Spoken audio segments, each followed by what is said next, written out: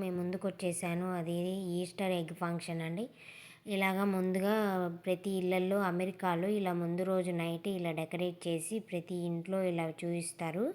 Next day చర్చ్‌కెళ్తారండి. నేను ఇప్పుడు అక్కడికే వెళ్తున్నాను. మీకు వీడియో గనుక నచ్చినైతే సబ్స్క్రైబ్ చేయడం మర్చిపోకండి. వీడియో ఎక్కడ స్కిప్ చేయకుండా చూడండి. మీకు డీటెయిల్‌గా నేను ఎక్స్‌ప్లెయిన్ చేసి వీడియోలో చూయిస్తాను.